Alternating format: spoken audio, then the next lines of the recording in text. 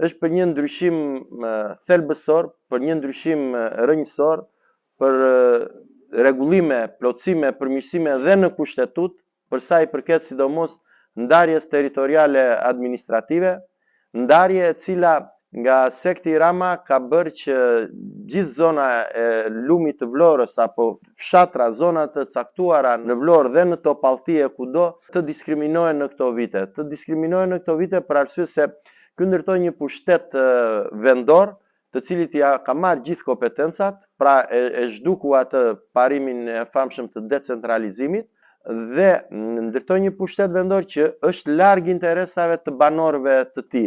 Dhe ashtu si Bashkiaku i Selenicës nuk kujdeset për interesat e banorëve të Drashovicës apo në zona të tjera, edhe kryebashkiaku i Vlorës nuk kujdeset për interesat e banorëve të Cerkovinës, të Trevllazrit, Novoselës e kështu me radhë. Dhe dëmi që i është bërë një qyteze, një simboli të turizmit, siç është Orikumi, e cila nga bashki kaloi në varësi të Vlorës.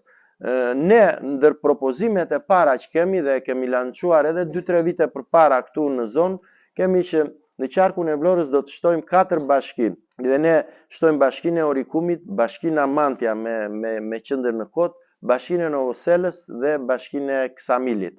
Që bën që mbas 12 vitesh ne të jemi 1.100.000 shqiptar më pak. Vëmendja e programit, i cili është program gjithëpërfshirës, i plot të Partisë Demokratike, do jetë individi, do jetë qytetari, do jetë fermeri, do jetë biznesi i vogël, biznesi i mesëm, ai biznesi i madh i pamolepsur nga korrupsioni i sektit Rama, me qëllim që të kthejmë besimin te shqiptarëve.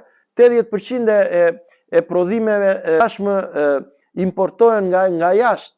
Është një shifër skandaloze. Ne konkurrojmë me programin ton për të bërë ndryshimin për gjithë shqiptarët. Ne kemi gjithë arsyet për të kërkuar votën të gjithë qytetarëve, të gjithë bashkëtarëve këtu, jo vetëm në Drashovicë, por në të gjithë krajinën dhe në gjithë zonën e Selenicës, sepse Partia Demokratike në këtë program qendër të saj ka qytetarin, ka ferme. Ju e keni parë, gjithë fshatrat që ne shikojmë që mungon rinia. Po jo vetëm rinia, tani po gjejnë arsye edhe ata prindër edhe që kanë ngelur për të bashkuar fëmijëve të tyre në emigracion. Në këto 10 vitet e fundit është larguar 1/3 e popullsisë. Është hemoragji, nuk është emigracion. Ne shohim fshatin, ne shohim që të rinjt kanë ikur, janë larguar nga keqeverisja, por ne me programin ton, duke prezantuar njerëzve, duke e shpalosur 100 ditët e para qeverisjes son, ne do kthehemi rinë në vend dhe fshati do lulëzoj prapë me rini.